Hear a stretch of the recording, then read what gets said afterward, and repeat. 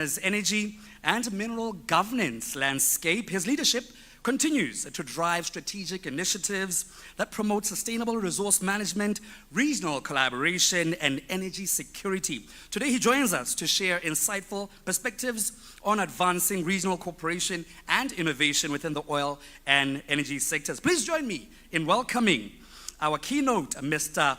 Pelaelo Khuwe, the Permanent Secretary in the Ministry of Minerals and Energy.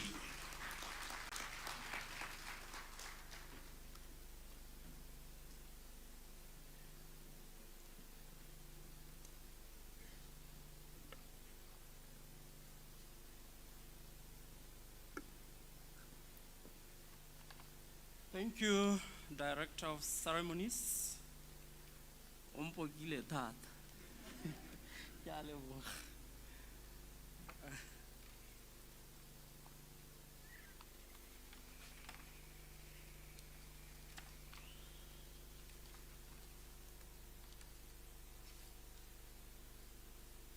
Distinguished delegates from Southern African Development Community, SADC. I understand we have delegates from SADC here. Distinguished delegates from South African Customs Union, SACU member states, CEOs of state-owned entities, Botswana Oil CEO. I hope those that have not arrived will join us later. Botswana Energy Regulatory Authority, BERA, and Business Botswana, executives of oil companies, chairmen of oil industries and associations, government officials, captain of industries, of the industry, members of the media fraternity, esteemed guests, and my fellow Botswana, ladies and gentlemen, good morning. Let me start by apologizing on behalf of the Honorable Minister. She would have liked to be with us this morning, and as already explained by the acting DPS, Ramathamiko, she won't be with us this morning, but we are hopeful that she will join us later today. Let me also apologize on my behalf. I may not be with you throughout the day due to other government engagements. So, it is my pleasure and great honor to have been accorded this opportunity to officiate at this important event for Interstate Oil Committee held here in our beautiful city of Gaborone. Today, we gather with a common vision to build a future that is both prosperous and resilient for our people through improving security of petroleum supply in the region. Ladies and gentlemen, I've been made aware that the IOC was formed by SACU member states to address issues of common interest that pertains to operations of oil industry within the SACU region. Member states agreed, and indeed, to collaborate on matters covering, amongst others, security of supply and distribution of petroleum products, harmonizing petroleum product pricing, quality, safety matters, and any other related issues affecting the oil industry in our region and beyond. The government of Botswana would also like to appreciate the successful hosting of the previous meeting hosted in July 2025 by the Kingdom of Eswatini. We would like to thank and implore delegates from the Kingdom of Eswatini here to convey our gratitude to the principals on your return home. Director of Ceremonies, as a region, we still continue to face fuel supply challenges, hence the need to explore innovative ways of ensuring security of supply to sustain economic growth and national stability. We continue to enjoy challenges, especially at the time when the world is at unrest, for global trade, which affects petroleum prices and security of petroleum products supply.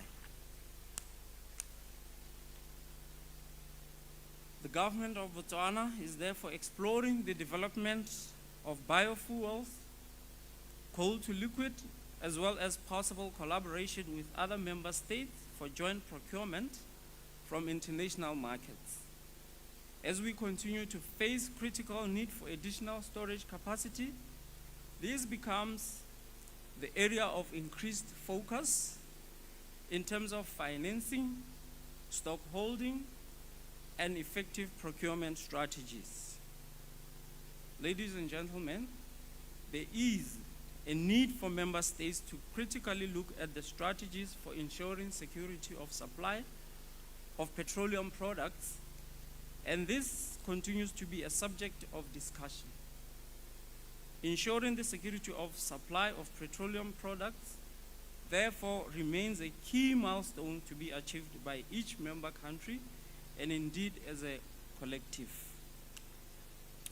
I wish to report that the government is progressing through our Ministry of Minerals and Energy the implementation of oil storage program to increase security of supply of petroleum products in Botswana. Our strategic fuel storage capacity currently stands at 18 days, while stock stands at only 13.9 days of cover.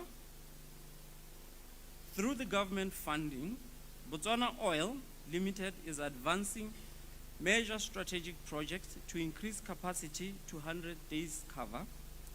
The project includes the expansion of Francistown Petroleum Depot from 38 million liters capacity to 98 million liters. The project is at 88% complete and will be commissioned in June 2026. The construction of New Ganzi Petroleum Depot with a capacity of 30 million liters is at 49% complete and is targeted for commissioning in August 2026. This project will improve trade with the Republic of Namibia as an alternative route and fuel supply in the western part of Botswana. To further increase security of supply, the country is looking forward to the development of 187 million liters petroleum storage facility at Tele Hills and a cross-border petroleum multi-product supply pipeline from the Republic of South Africa and Zimbabwe into Botswana. These projects are necessary to improve our level of security of supply and availability of petroleum products in Botswana. Ladies and gentlemen, I'm delighted to inform you that work on the review of Botswana petroleum pricing slate was successfully concluded in September 2024 by Botswana Energy Regulatory Authority.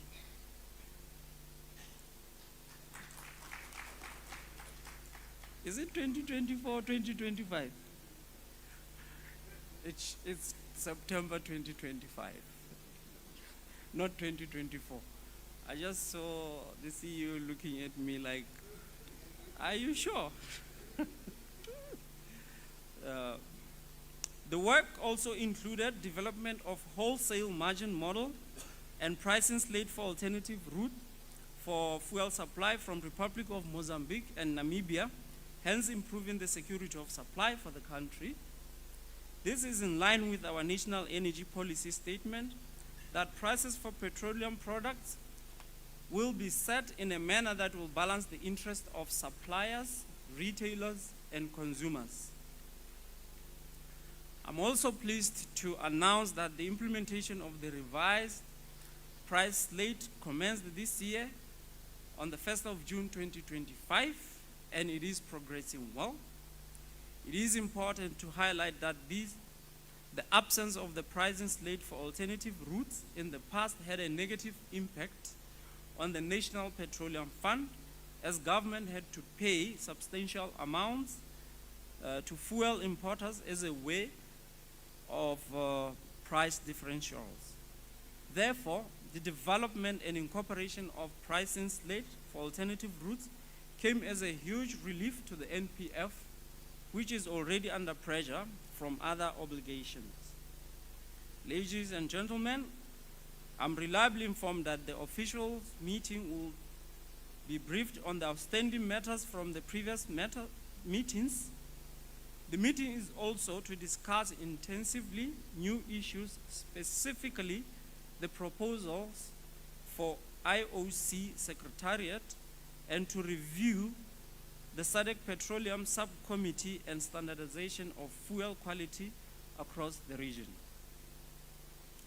The development of an effective and efficient pricing systems, which is crucial to the deliberation of this meeting, and the applicability of the current pricing system with a view to enhance its, to cater for the current challenging situation.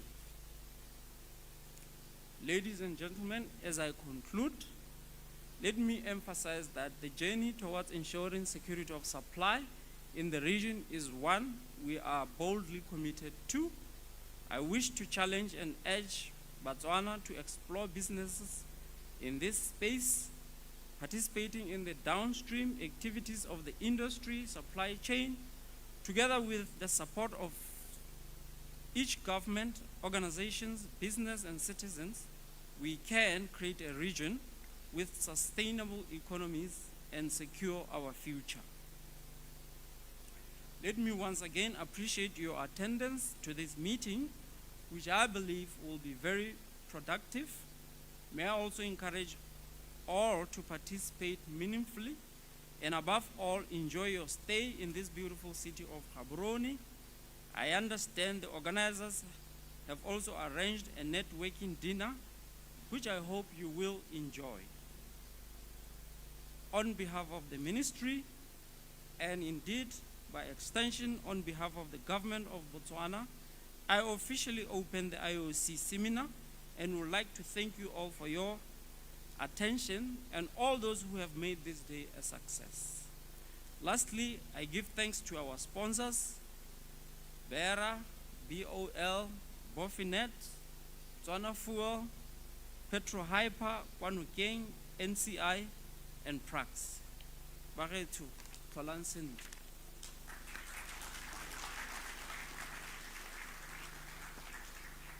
Thank you.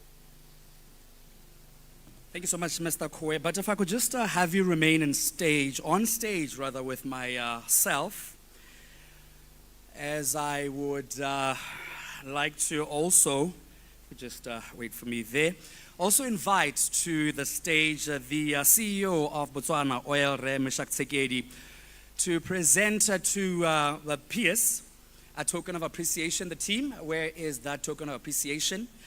And as you know, because oftentimes present is wrapped, and we are very, very transparent sort of people, we are going to have to declare that in actual fact it is not a filling station that is being given.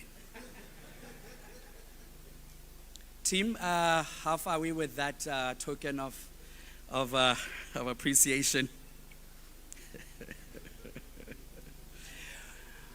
Whilst we're still waiting for that token of appreciation, let me let you know that one of the core objectives really of the IOC is the policy harmonization and the regulatory alignment.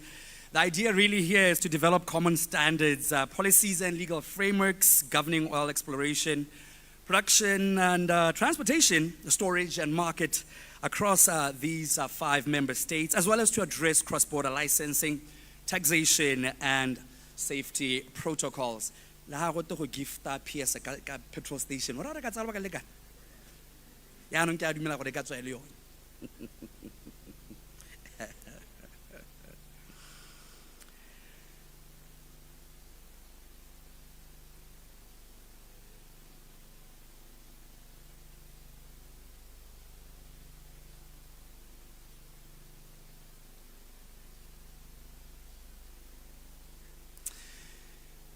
All right, here we are. Please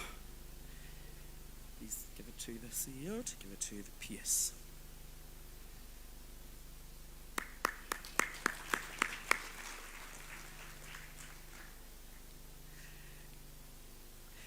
It really is at his own volition to open it. I'm not really armstronging him to disclose the contents.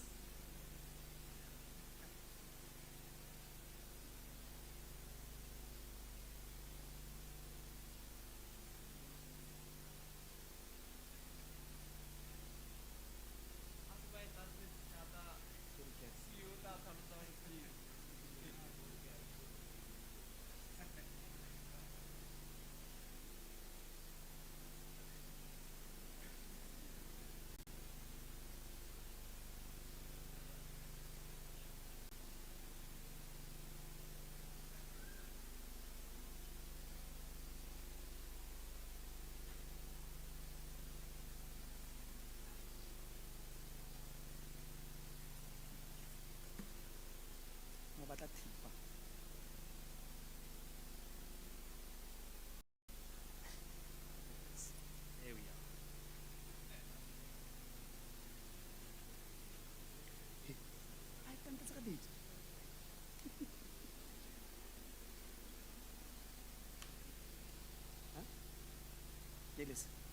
Okay. Bakarona, declaration of assets di tla di padile at this gathering this morning. I've been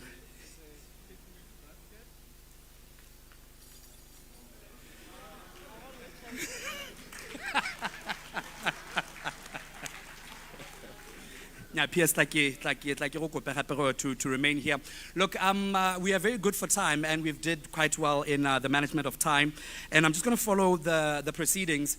And as such, thank you so much, Ratsekedi, for that presentation of the token.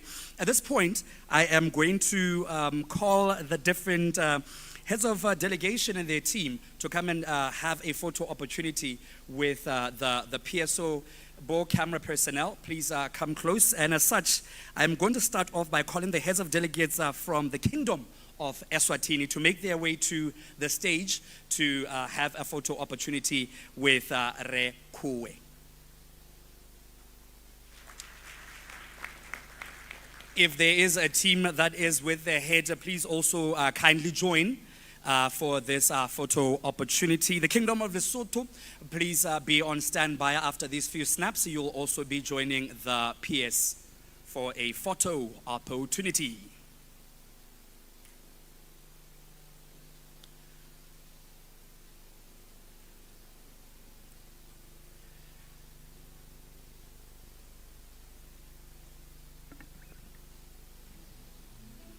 Let me avoid photo bombing. Eish.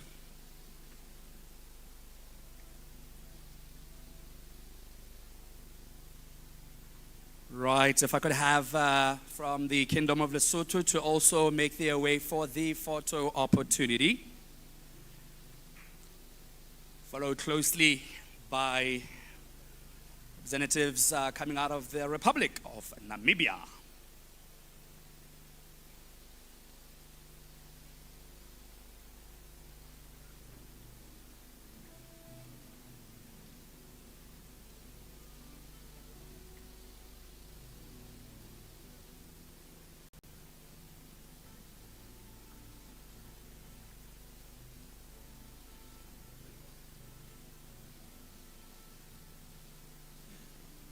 Awesome stuff. The head of delegation and the team coming out of Namibia, please, if you could also make your way to the stage for that photo opportunity. South Africa, also ready yourselves. You will also be coming up here.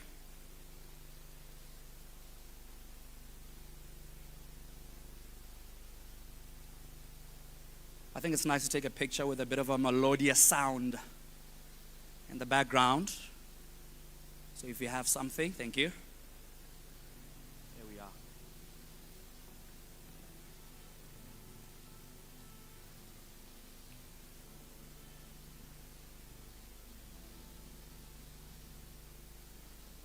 Right, the head of delegates coming out of South Africa as well, please join the Permanent Secretary, Mr. Kowe, for that photo opportunity.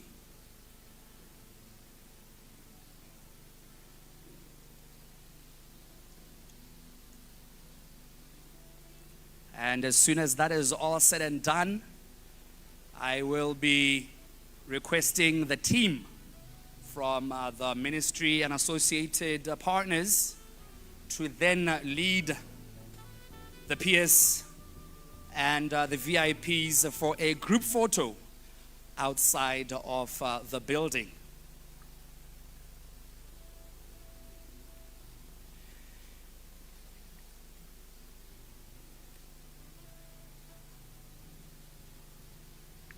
Thank you so much. And the delegation coming out of the Republic of Botswana will join them in the much more broader group picture. PS, if you may, thank you so much for a round of applause to Mr. Kowe. At this particular juncture, according to the program, we are to be breaking for tea, but because we are doing quite well in time, hence, I've since requested that the team coming out of the ministry and associated partners, that they then lead the two or three rows that are in the front for that, including the delegations, for a much more broader photo opportunity outside of the conference facility here. Meanwhile, I will be allowing for a quick commercial break by means of, a mini networking session as they are preparing our refreshments. I guess I can go for the commercial break. T's and C's apply. Team, please, if you could just get the PS and the very important people to head out to go and get those particular pictures. And for some of us, let's just continue to network. Thank you so much, and good morning.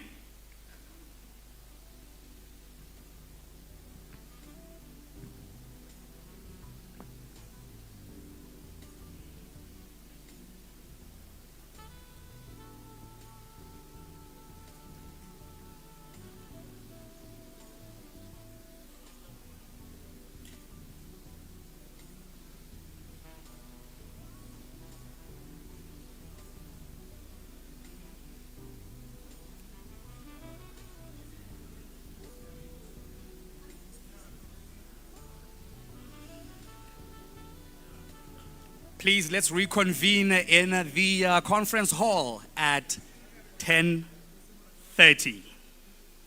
It is 9:27.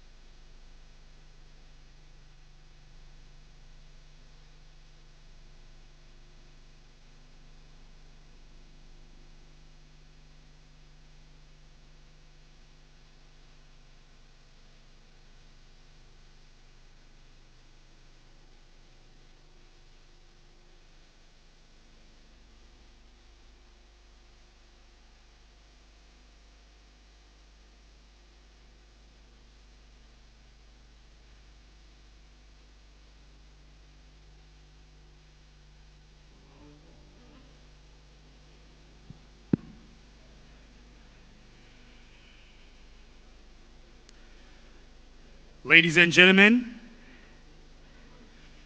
if we could make our way into the conference hall for the continuation of this seminar.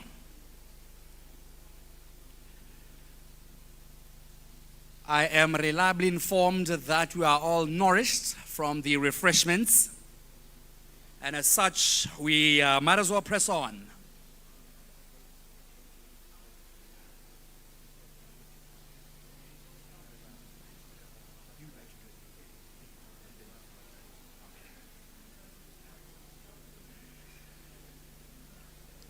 Let's all reconverge into the conference area.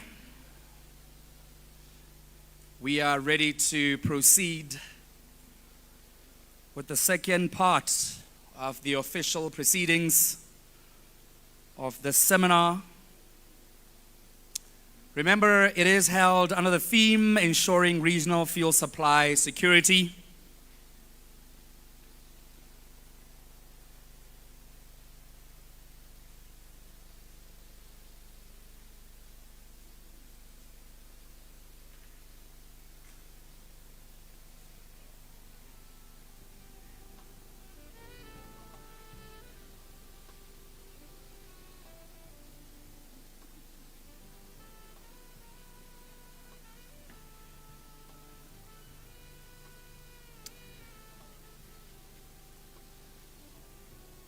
Right, I've been also asked to request my friends from the Fourth Estate to excuse us, as this particular session is a closed door session. And unfortunately, my brothers and sisters in the fraternity, we will gossip later because me, I'll still be here. So I get what will they say? I'll only say it if they mention you by name. If they don't, it doesn't concern you. Right, I think just one or two, because I understand that the PS had to leave because they had another pressing engagement. I think at this particular point, I may proceed in this manner. Ladies and gentlemen, welcome back to the Interstate Oil Committee seminar. The second session is a closed-door presentation session. The rules of engagement really are as follows. I will call the presenter. The presenter will come up here, and they will make their presentation. Once they are done, we will open up the floor for questions and commentary. The session will last, or rather will be 30 minutes short, which is quite a substantive time. So the idea really is to try and utilize the time as much as we perfectly can. But what's important is the dialogue that we perhaps may have from the different topical issues that the different presenters will be out here to present on. And also to advise those that wish know that they are to present that they may share with our tech team at the back their presentations, such that we're able to promote a seamless transition of presentations as a way of also managing time. And speaking of which, let's not waste it. Let me invite the Associate Director, Oil Market Research from S&P Global, Mr. Payam Hashempor. I hope I did not butcher your last name. I'm really not good with last names. I said it properly? Yes, good thing we met a couple of years back, right? And he will be speaking to the topic, products, market and supply outlook. Mr. Hashempor, with a round of applause.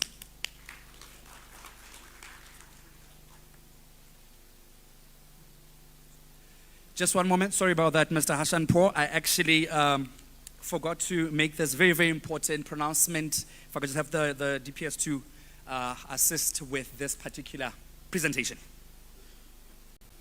I'm very tall. Good morning once more. This morning when I did some introductions, I made some serious omissions, and I would like to humbly correct that. In our midst, we also do, when I introduced the two associations, I forgot to mention another association, which is called Botswana Petroleum Retailers Association, represented by Mr. Tero Rabasha. And also, let me recognize in a special way, representative from the SADC, Senior Program Officer, Re Moses Ntlamele.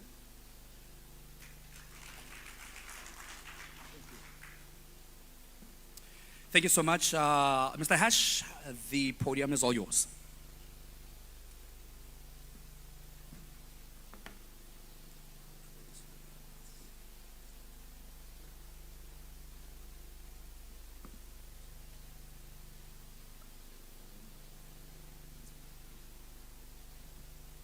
Good morning. It's a pleasure to be here. This is my third time at these IOCs, and it's always, every single time, it's more enlightening and great to see that the cooperation between the countries in Southern Africa towards security of supply on both products and all sorts of energy, and I think that's certainly applaudable. I wanted to kick off the presentation today really focusing on fundamentals, and that's really what the title is saying here. In terms of, is there a fear, are we oversupplied market? And this is not just on products, this is crude as well. So really from top of the value chain in hydrocarbons, and then seeing how, in our view, supply and demand trends will shape in the near future and give some indication to the long-term forecast as well. Hopefully the clicker will work. It does. So. Where to start is, of course, as the title to the presentation on your the pack in front of you says, in terms of products and product outlook. Now, what you see on the screen here, hopefully I'm not blocking anybody's view, is really the year-on-year growth for key refined products globally. And the reason I show it in terms of global picture first is to see what trends are we seeing. And of course, if you've been following the market, now we live in a world that trade flows are completely global. So what we see in Southern Africa or in East or West Africa is certainly influenced by supply and demand factors outside the region, whether it be in the Atlantic Basin, whether it be in Asia Pacific, in the North Sea, it influences everything. But one thing is clear in this chart is that we're still seeing demand growing over the next 2 years, 2.5 years per se. And that's really the black line that you see going upwards. Now, you see some seasonality trends, of course. We typically in the North Sea, in the Northern Hemisphere summer months, we see demand for the likes of gasoline and gas oil rising, and as a result, we see a slight uptick in demand. And then in the winter months, and again in Northern Hemisphere, demand declines. But one thing is clear, that some key products are kind of faring differently. Just to highlight a few. Gasoline being the second, kind of just point out here. So it'll be these bars here. You can see the increases are kind of relatively small, and they get a bit smaller as we go towards the end of our forecast into 2027. And that's really influenced by electrification of the vehicle fleet, energy transition to some extent in the European countries, in Northern America. As we look at gas, oil, diesel, we expect to see a decline in Q4 of this year. Again, some of it is influenced by seasonality, but of course, we can kind of point to some extent, again, energy transition and that seasonality demand in vehicle driving and vehicle demand. But as we go towards back end of our forecast, those increases get less and less. And in 2026, in fact, we see a lot of declines for gas, oil, diesel. And I will get to that briefly. But other products, whether it be in jet, whether it be in LPG or fuel oil, we continue to see increase. Now, the picture is different for different regions and different products, and I will show you in a few moments.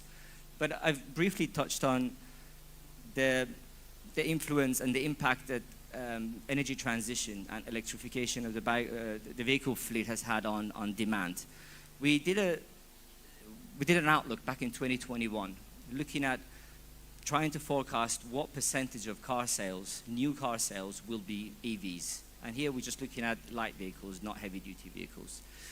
And what we came, at the time, we came to the conclusion that roughly roughly about 25% of new car sales in Europe will be EVs. In the US, that figure was around 10%. For China, it was around 21%. India, barely any kind of ratio of new car sales. And globally, we were just looking at just over 10% of new car sales in 2025 being EVs. And we did the same study again earlier this year, back in August. We tried to see how far we are from our forecast for 2025, so the same year. And this is what we concluded. For Europe and US, we maintain our view that we expect around 25 and 10% of new car sales in both regions to be EVs. But for China, we were way off. Now we expect 2025 figures to come over 50% of new car sales being EVs. And that's important because that's one of the reasons in the charts I shared earlier that we starting to see the impact of electrification of vehicles and energy transition on gasoline and diesel demand in China especially. And it's a similar picture that we see across Europe and North America as well. For India, we've also seen more impact from new car sales being EVs. And in total, when we look at our global figures now for 2025, that figure from 15% that we anticipated back in 2021 is now above 20%. And that's one of the key things to look at when we look at global demand, and we look at global demand especially for gasoline and gas oil. And for that reason, we see that continue to eat into demand in the next few years as well. But we're here in kind of Southern Africa, so I wanted to just highlight how our figures fare in terms of demand from key regions and certainly key products as well. The chart on the left really just looks at some of the biggest consumers of refined product broken down, and you can see, again, we've seen growth on an annual basis, and we continue to expect that. And in fact, those growth rates are increasing, whereas when looked at the global picture, the growth rates were reducing. So we're still seeing growth, but at a much faster pace now. And then when we look at key products, again, excluding like 2023, which is an outlier, especially impacted by subsidies in Nigeria in terms of gasoline, what we are seeing and we expect to continue to see again is growth for refined products, especially the likes of gasoline and diesel gas oil, which here is red and the blue bars. So it's important to continue to, although energy transition is here and we can't deny that, it is a different story when we look at different regions, and Africa is one of them. Latin America is another. Asia Pacific, excluding China, will continue to see growth for refined products. So yes, energy transition has an influence, but we can't deny the fact that we'll continue to see demand growth in these regions.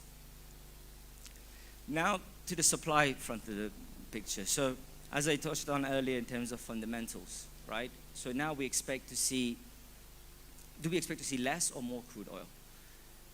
Having showed you what we expect in terms of refined product demand, that supports the theory that supply of crude oil should also increase, and that's indeed our forecast. And here you see the relationship between OPEC plus share of crude oil production and non-OPEC plus production. And that's very important because we have been seeing a lot of unwinding of voluntary cuts by 8 members of OPEC plus, led by Saudi Arabia and Russia, essentially. And as you can see, really the kind of a point out here on June or middle of 2023, that's when Saudi Arabia single-handedly announced 1 million barrel a day of voluntary cuts that was supposed to be in place for 1 month, and 1 month only. That 1 million barrel a day of voluntary cut remained in place until earlier this year. So more than almost 18 months. Now the group came out earlier back end of last year, and they were supposed to unwind those voluntary cuts from October. They delayed it on several occasions, and eventually they decided that they're going to start to unwind 2.2 million barrels a day of voluntary cuts between their producers in the space of 12 months, and that's going to start from April of this year.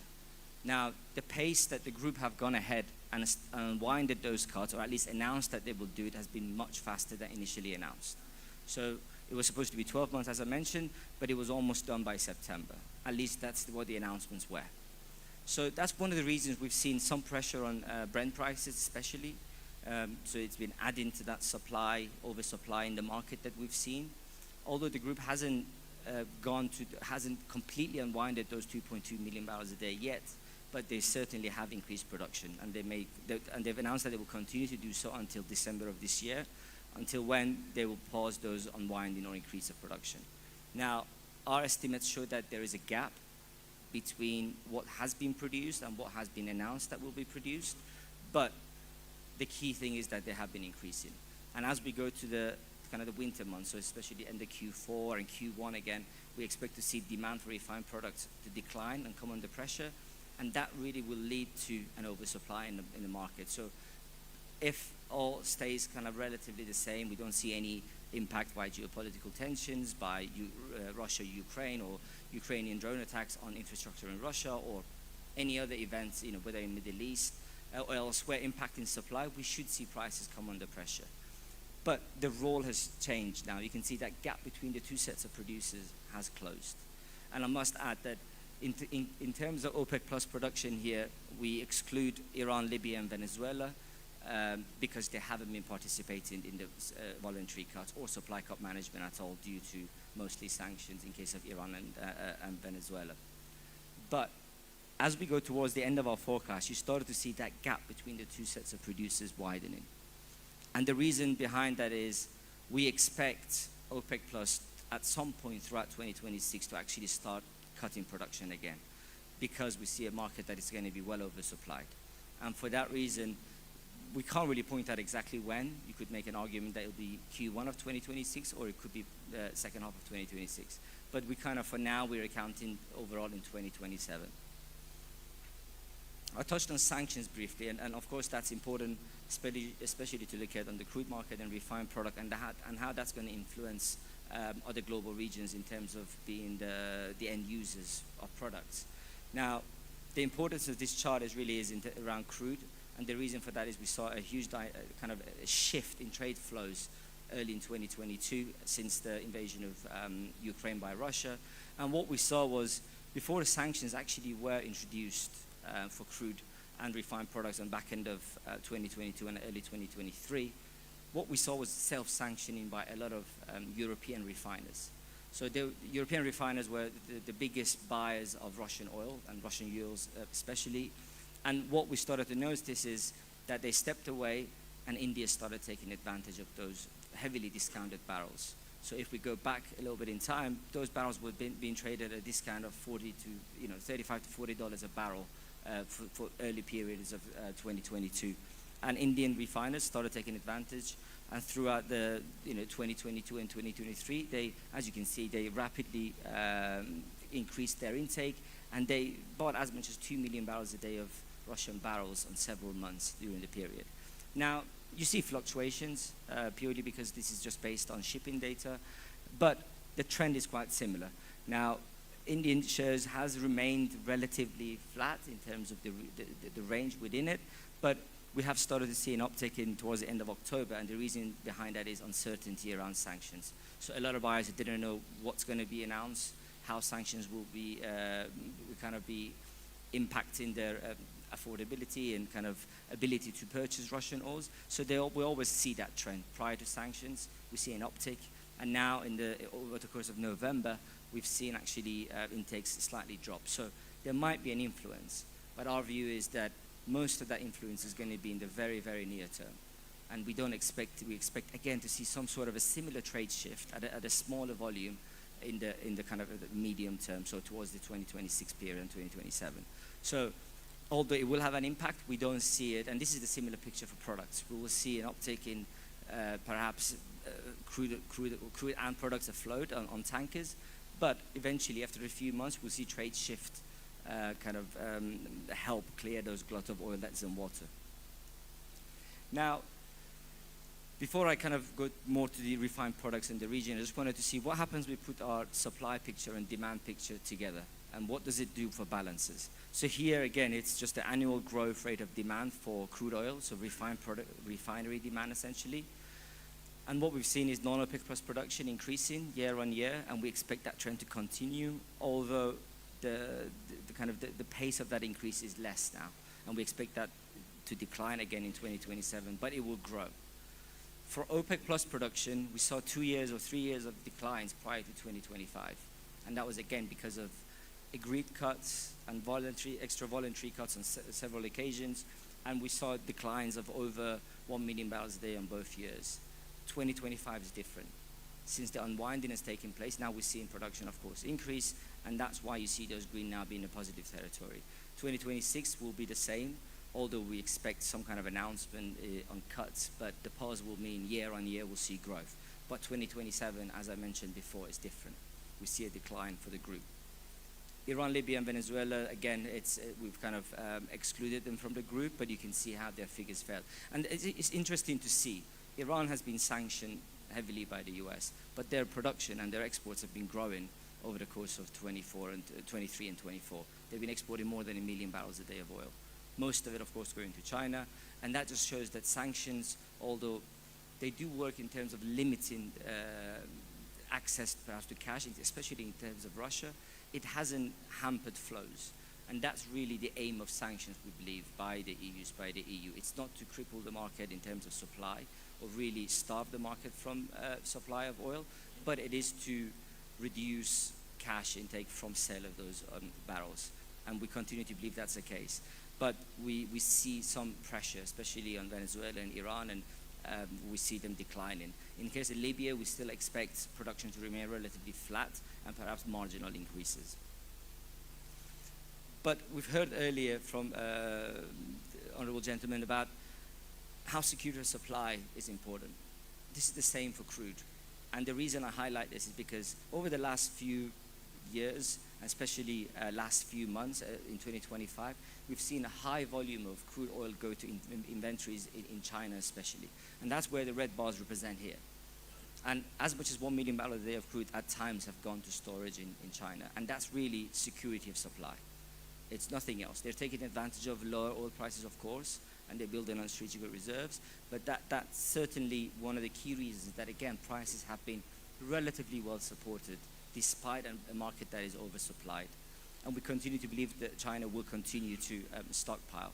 But it's not going to stand there. As you can see, even 2025, the gap between supply and production, even when you look at your net crude supply chain, which is the dotted line here, you could see is a huge gap.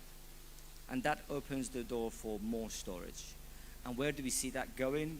We see a lot of it going to other countries outside of China. And that's where the blue bars represent here. A lot less volumes have gone to storage outside of China compared to China, which is the orange, the kind of the yellow-orange bar here. But we do expect a lot more volumes to be stored, whether it's in the US, in Europe, or the larger consuming countries in the world. On the other hand, we have seen large volumes of crude oil and products on tankers globally. And that's, again, due to an oversupplied market. Uncertainty around sanctions have played a huge part. And we expect that trend to continue and increase into November and December.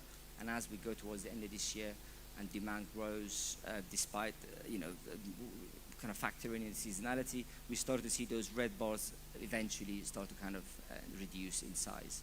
So overall, we are expecting a lot of volumes of oil to go into inventory. And this is, just indicating in million barrels over the course of the month. So there's a lot of volume that's going to go to storage. And one of the reasons is that globally we are low on stocks, both on crude and refined products. So there is storage capacity there.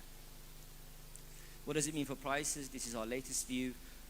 Essentially, we see data Brent prices coming under pressure because of that oversupply in the market. And then we start to see some kind of a recovery towards back into 2027 as followed by, because we expect US production to come under pressure and actually reduce in 2027 because of lower prices and OPEC Plus cutting further. We could be wrong, of course. So that's where we include two scenario-like trends. If OPEC Plus decided to step away from regaining market share and really just defend prices where they are, and they cut a lot sooner than we anticipated over the next few months, then certainly prices can remain more supported. So in the last few months in those regions, but still well below what we've seen prices trade at or be at in the kind of 22-23 period. And then geopolitical tensions could lead to impact on supply. And if that was to happen, then prices could easily follow the green line and go much higher than that. If we saw supply really impacted in the long term, of course, then you could make a case for that line going well above $100 a barrel for a period. But we have a market that has a lot of spare capacity. By spare capacity, volumes of oil that can come online in a short period of time, mostly held by Saudi Arabia, UAE, and Kuwait in our view, and some 5 million barrels a day is available there. So if something was to happen, those barrels would start to come into the market and fill the gap. And that would then lead to prices flattening. But again, these are just scenarios. It's not really a price trend. Now on refined products, and it's slightly a longer term picture. The chart on the left really just looks at our projections up to the end of 2050. So very long term we're looking at now. And you can see different regions have a different trends. Really, that's what the right-hand chart shows here. But as you kind of start to notice, I don't think you can see the laser here, but essentially around end of this decade, so 29, 2030, we started to see global refined product demand to be near its peak. Our current view is 2031, but it's almost a flat line globally. Now, that's a different trend in different regions, and I can see that on the chart on the right. As you see kind of North America being the top line, you start to see that decline in demand for refined products. For Europe, being the red line, it follows kind of a similar trajectory, again, coming down quite rapidly relative to other regions. But other regions are seeing, a lot of times, India being the pink line here, we're seeing growth. For Africa, again, we see especially growth towards the end of this decade, and then it remains flat. So although it's not showing full increases, but their increases are there. And then, the Middle East, again, we see increases in the next few years, but demand doesn't decline. And that's just to highlight that trends are different when we look at global market and we look at different regions. And if I was to draw this now on a refined product individual for different regions, then again, it tells a different story. So we can't just look at the global picture and assume demand is declining everywhere. And we can't just look at Europe as an example on its own and then try and draw a conclusion for other regions. Every region has its own story, and that's why it's important to pay attention to those. Now, I think this is a telling kind of the image or images that show how we project refinery demand kind of evolve over the course of the next 20, 30 years. From 2015, so just to quickly run through what the charts are telling us, the darker the oranges, it highlights the more that country or those regions dependent on imports of refined products. And as you can see, I think in case of Nigeria, very dark orange back in 2015. Since the opening of Dangote refinery, we've seen that turn to a very light blue. So although Nigeria still depends on imports, that dependency is much less. As we go towards 2035 and 2045, even Nigeria starts to turn darker orange again. And that's because of GDP growth, population growth, again, dependency on refined products. And that's a similar picture for other regions. Now, in Southern Africa, at the moment, we see those orange, as you can see in 2025, relatively lighter colors. But as we go towards 2035 and 2045, again, they do change shade and they turn darker. And that's why, again, we expect refinery demand to continue to rise. And that's really, hence the kind of the slide's title, the case for refinery investment. That could be the case for storage investment. That could be the case for infrastructure investment, pipelines, ports, everything. So demand will be there, and that's why it's important to see these trends. I touched on Nigeria, and the reason I kind of just show this, and I won't spend too much time on it, again, it's just an example of as you can see, the trend that we see in terms of the rise in demand from Nigeria. And then the chart on the right really shows how much has been exported and how much has been imported. Now, with a few small refineries in the last decade or so, there's been small amounts of LPG and some products have been exported. But a country that's heavily dependent on gasoline imports, being the orange bars there, saw that dependency reduce. But that doesn't stop there. You see it increasing again. And this is, again, just to highlight what I showed on the charts, on the maps earlier, that despite a refinery that's 650,000 barrels a day, Nigeria will still be dependent on imports of gasoline. Yes, it will start to produce other products, but they're just almost byproducts in the refinery. So despite an open refinery, they will be dependent on it, on imports. And again, that's key, that this investment will be a key topic, and I'm sure it will be a key topic throughout today and tomorrow amongst yourselves. And we kind of support that. We think there will be need for kind of thinking about how these demands will be met over the course of, next 20, 30 years, not just today and tomorrow. In terms of, we're not just talking about refined products, of course, we have to look at supply. Now, I'll just quickly explain what this chart is telling us. So this is looking at our crude and condensate productions. The blue section really, or the dark green section, shows base production. So any producing field that is currently in production. That could be in North Sea, it could be in shale, in oil, it could be in Middle East, it could be in West Africa, it could be in North Africa, anywhere. Any producing field, and you can see that drop is quite sharp as we go towards 2030 and downwards. And that's normal, that's typical. You kind of start to draw down from those fields and they start to dry up. And then you have the kind of the orange section here, which are sanctioned projects. So any fields that are really kind of they've been announced, they've reached a FID, final investment decision, and they will be started producing. And that's why we see quite kind of those unconventional base essentially do so. And then you have a lot of other projects that haven't come online, and they haven't been perhaps announced, but they have different break-even prices, so depending on how much they cost. And as you can see, we need a lot more of those to come online in our view, and it will. And that's really supports the investment in the upstream sector. And the reason I kind of show that is because even when we look at OPEC Plus and non-OPEC Plus projections, what you do see is OPEC Plus, despite investment in the sector, we expect them to reduce their output over the next few years, which will lead the way to non-OPEC production to kind of start to increase again post-2027.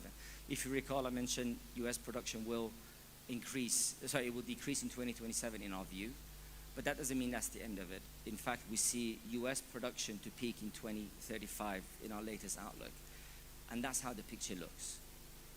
The group will continue to rise their output as we go towards 2030s, and then beyond that starts to decline, especially from mid-2035, as US production especially starts to reduce. What does that mean? That we do still need production to come online, and that really is one of the key themes that we've been kind of trying to tell our clients as well. Investment needs to be there. That base production that I showed before means that we will need extra investment in the upstream sector as well as the downstream and the refining sector, because demand will be there.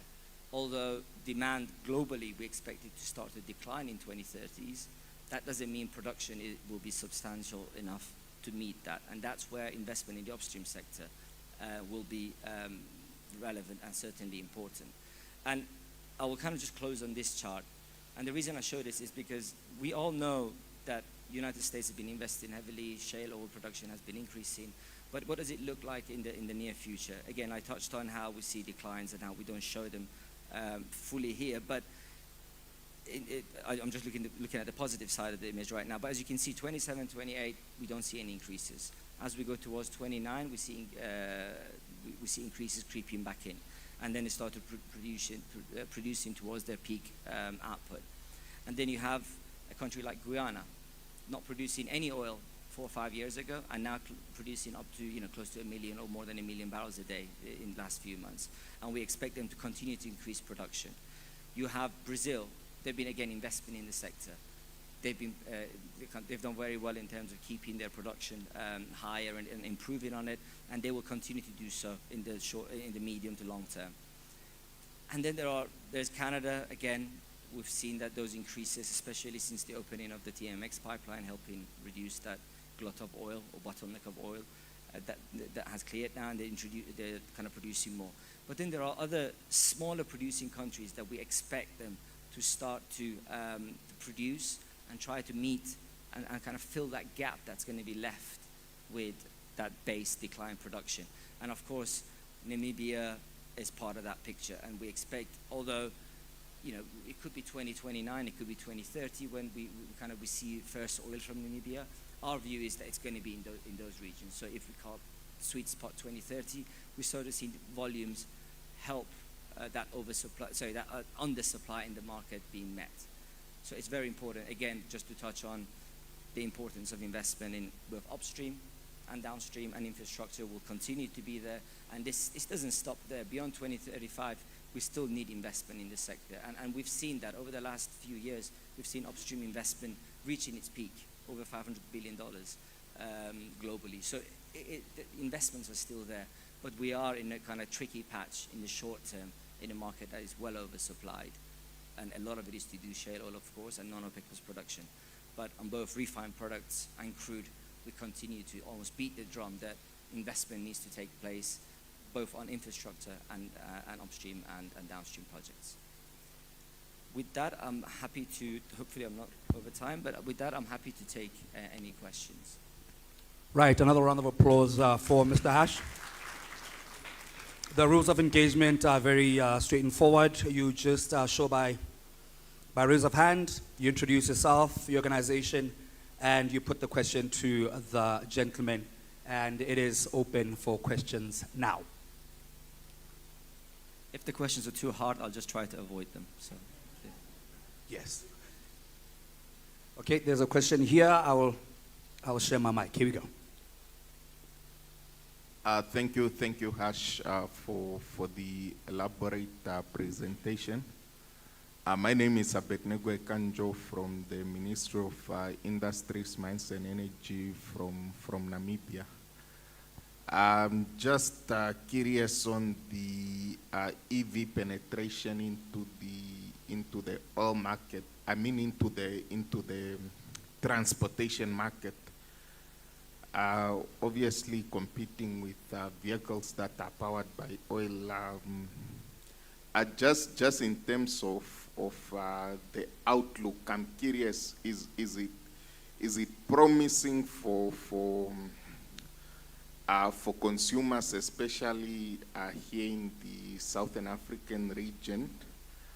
Because if you look at the EV penetration in countries like China, you said it's around 50% sales.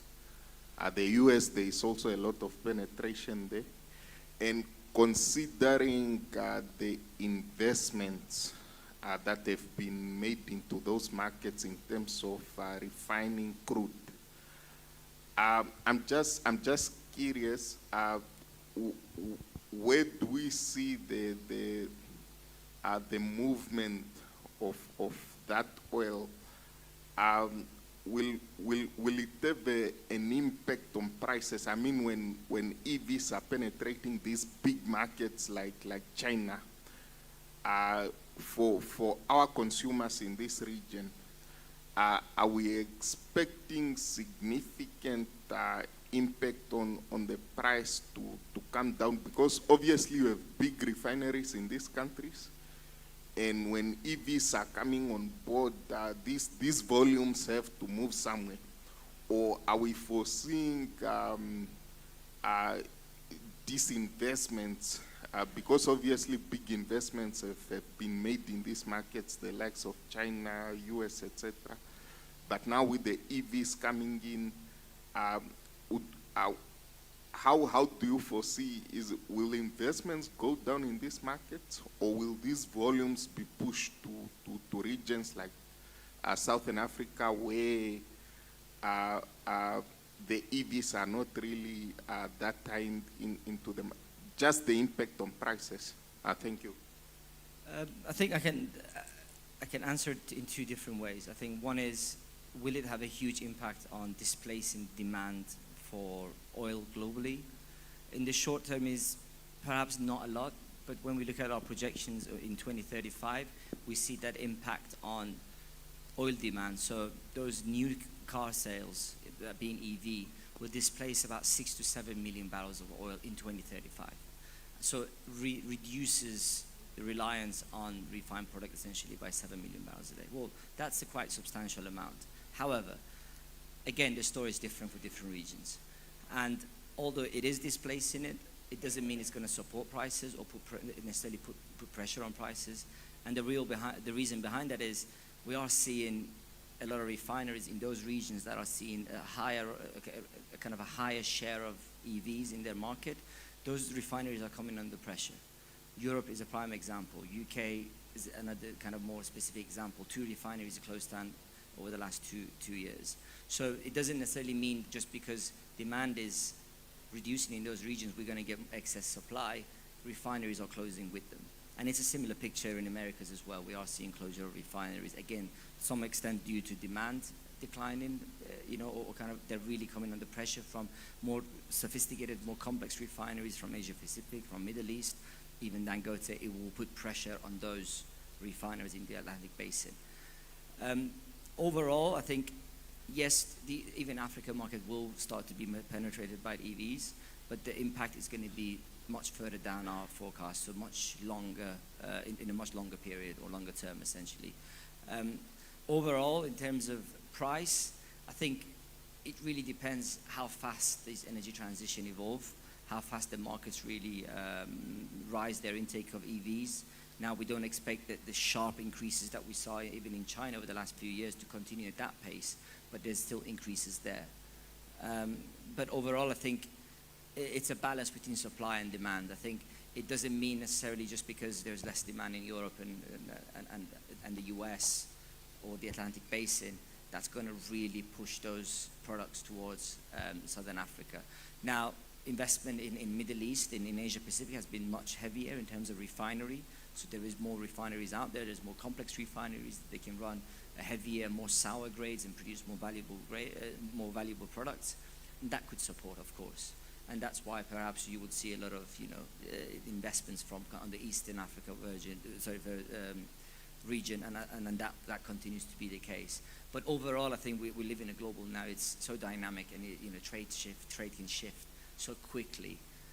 But certainly, prices on shipping is continuing to rise because barrels of whether crude, whether products are traveling much longer routes on water, and they're spending much more time on water, and that's why freight rates are a lot higher, and that's unfortunately impacting the bottom line and the end producers. And I think that's one of the key, again, having that security of supply within any region, not just Southern Africa, is key. Because if you have your tankers full and you manage to take advantage, like China is doing with, or India has done with, cheaper barrels, then certainly that will help the end user. But prices will be key. Overall, we don't, even for Brent prices, although we do see a dip in the next few years, we see Brent prices in real terms, so in like $20-24, to start to actually increase, although demand will start to decline overall, because again, there's going to be less of a gap between supply and demand. So balances get tighter, production will start to come down with demand, maybe at a slightly faster pace, and that leads to slightly higher prices globally. So you could argue both ways, but it really depends how fast refining sector really adapts, whether we see more refineries just going for full closure or sizing down, or we see more investment in the refining sector. And although we're not hearing as much as we did maybe 5 years ago, there still is Olmeca refinery in Southern America. In Southern America is another example. It will come online, and they're 300,000 barrels a day. So the case for the refining industry and refinery investment is certainly out there. It's just has to be very strategical in terms of access to supply, access to pipelines, access to ports. It really is. And again, these are the challenges that any new refinery will have. And Dangote refinery faces the same issues at times in terms of supply of crude to the refinery, despite Nigeria having more than 1.6 million barrels a day of production on crude. Right. So challenges will remain. Right. Thank you, Abed, for that question. Thank you, Mr. Hash. We are still open for 2 more questions because now time is really chasing us down. Okay, thank you. My question is really about the tariffs and the sanctions. In your view, are we seeing the impact of the tariffs and sanctions now on the flow of both crude oil and finished product in the global market, or is it only affecting the countries that are, for example, that are sanctioned or the tariffs applies to? Thank you. Both, I think. We certainly, in terms of sanctions, again, we are seeing impact on flows. And although it has reduced output, both on crude and products, to some extent, it hasn't really hampered the market. It hasn't starved the market. But uncertainty causes issues, and again, that trade shift, longer routes end up actually increasing prices. Now, in the long term, for a country like Russia producing, more than 9 million barrels a day of crude and condensate, we anticipate that they will kind of start to see a decline in their production, and we've seen that. Now, whether sanctions are kind of removed or not, we maintain our view that production will decline. But products is a different market. It's a smaller market in terms of trade flows, and even so, with the latest round of sanctions on Russia, we do expect trade patterns to slightly shift. So most of the impact to be in the very near term. And then as we go towards 2026 and further on into the year, then we start to see trade shifts, trade patterns shift. In terms of tariffs, that was a more kind of straight answer that impacted demand globally, especially when it was announced first in April from the Trump administration. We certainly saw demand, again, especially around uncertainty coming from those tariffs, to hit demand, and we've lowered our projections, we've lowered our outlook for refined product demand globally as a result. But as we go towards the end of our short-term forecast, towards the end of 26 and to 2027, we've made slightly upward revisions. So we see that those uncertainty, as they start to fade, markets start to come back at a slightly faster pace. And also, it's an annual ratio, right? So the lower your volumes or demand was in a year, the following year you will have a lower base. So as a result, we actually see that pace picking up relative to before. But again, most of those tariff uncertainty really impacted demand in the very short term. Right. One more question, because that's the time we have. Thank you. My question revolves around coal. I don't know whether your study did touch on coal as an energy product or commodity to compete with crude oil or replace crude oil. The reason why I'm asking is because countries like South Africa and Botswana have got huge reserves of coals which has not been exploited, but which has got a big potential as an energy commodity product.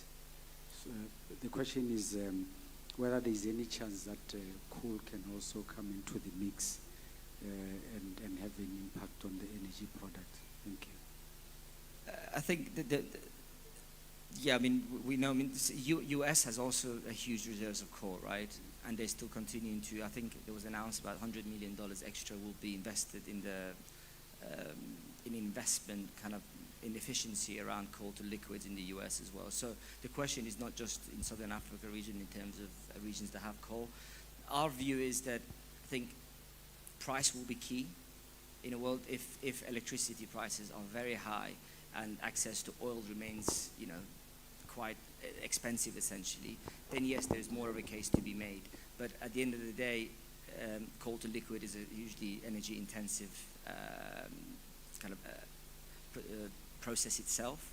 So, I don't personally cover coal, I must say, but we have seen a huge decline, of course, over the last decade or so in terms of coal demand.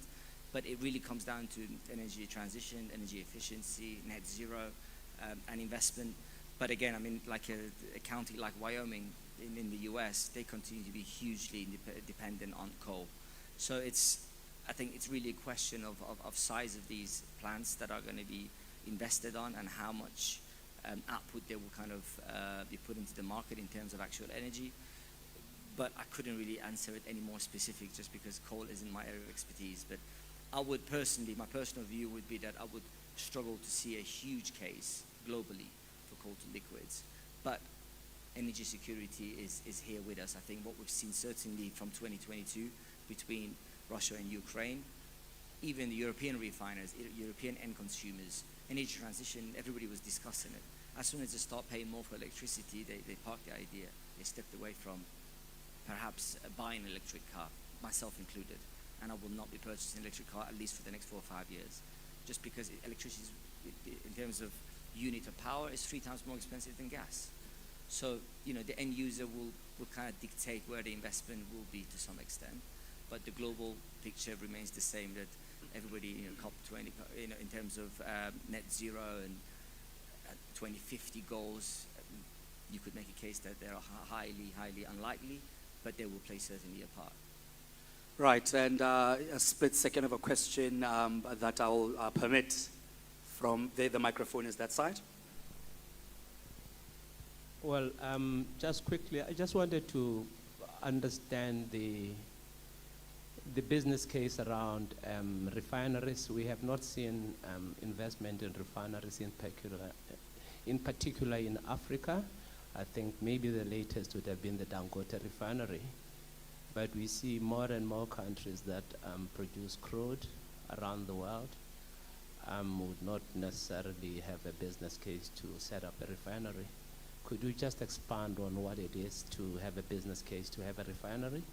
Because we see more and more countries, maybe, for instance, countries that used to have refineries, and they've closed them, and they have not seen a business case to possibly build new refineries. Can you just expand on what goes into investment of a refinery? Thank you. Sure. I mean, I think there's several key elements within the case for investment in refinery. Again, I touched on a few earlier. One thing is access, or kind of the market that it sits within. And the reason that we haven't seen any investment or opening of new refineries in Europe especially is the fact that demand trends have been, they've been just showing us that demand is declining. So it doesn't make sense really to produce the products and then ship it in quite smaller tankers all the way across the regions, whether it be in Africa, Latin America, or Asia Pacific, and compete with refineries that are much sizier in magnitude. So on the other side, investment in a refinery, if we're talking not necessarily the Dangote size, but even a 200,000, 300,000 barrels a day refinery, it needs a lot of capital, a lot of investment. And now we live in a world that it's quite uncertain which way demand trends will kind of shift. Now, what I showed in our base case on demand, we could be wrong, and we have scenarios that look at 4 or 5 different scenarios. So if we were far off and demand actually declined much faster, then those investments would be almost completely ruined and out of the way. On the other hand, you could make an argument that the global markets step away from going towards net zero this fast, and kind of demand actually rises or declines much slower than we anticipate, then those refineries can be valuable. But investing in a refinery will kind of, some elements will be key, of course. Access to crude is one of the elements that, again, I touched on earlier. On the other hand, it will be what kind of crude is in there. Is it light? Is it heavy? Is it sweet? Is it sour? What kind of market will it be supplying? Will it have access to pipeline and other ports? Do we need to invest further in those? And then one more really key element is, how will it compete in the global market? At the end of the day, even if a European refinery opened up tomorrow and it had to compete with some refinery like Dangote, twice its size or 3 times its size, that's going to produce gasoline, has to pay less for that crude to go in because they have access to crude, and that's just an assumption, then that refinery is going to have to pay more because North Sea production is coming down and they don't have access to that crude. And all of those elements will play a key factor, and that's why we're seeing closures. Now, again, my view is that there's always a case for a new refinery in a region, that it will depend on products, it will depend on imports, and can have access to supply. And this is the part of the world we're sitting in, and all of those elements can be ticked, of course. But then it becomes the whole refinery configuration. How much, what size, how long would it take to come online? How long do we foresee this project to be producing at what pace? Dangote has indicated that he might want to double up his Dangote refinery to 1.3 million. Well, that would have a huge impact globally, not just West Africa or Southern Africa or Atlantic Basin. That would be the biggest refinery in the world if that was to happen, and that is a big if. And for that reason, I think it's very hard to answer the question in one way or other. I think there's a lot of elements to be judged, but our view is that we are going to see more refineries close in Europe and the US. A lot of it is to do with the Dangote refinery and the Olmeca refinery in Mexico, but that doesn't mean we're not going to see any more refining capacity come online. And we expect to see more of them in Asia Pacific, in the Middle East as well. So there is always a case there, but it really depends on the industry and where they're trying to fill. Is it going to be just feeding the local market? Is it going to have a case for exporting, import? There's a lot of elements in there. But again, it's not. I think it's quite a technical question, but if I look at it in a supply and demand picture, there's always a case for a refinery to be built in the right location for the right reason. Right. Thank you so much, Mr. Hatch. Another round of applause Thank you. for Payam for that very insightful presentation. Coming up next, I would like to invite to speak to the topic, security of petroleum product supply. Ladies and gentlemen, with a round of applause, the CEO of Botswana Oil, Mr. Meshack Tsekedi.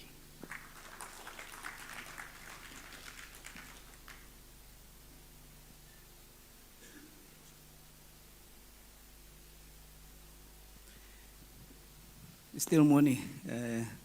Good morning.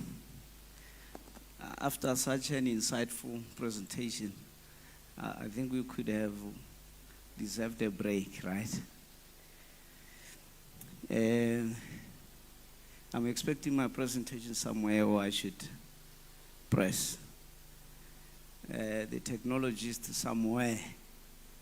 Are you with me or you are planning to sabotage me? Thank you. Colleagues, good morning, and those coming from outside Botswana, you are welcome. Thank you for bringing us rain yesterday.